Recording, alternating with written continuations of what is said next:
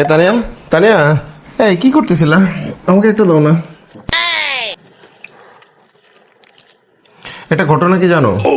যে তাজমহল আছে না, শাহজাহান তো মমতাজের জন্য বানাইছিল। মমতাজ শাহজাহানের কয় নাম্বার স্ত্রী ছিল জানো? 8 নাম্বার।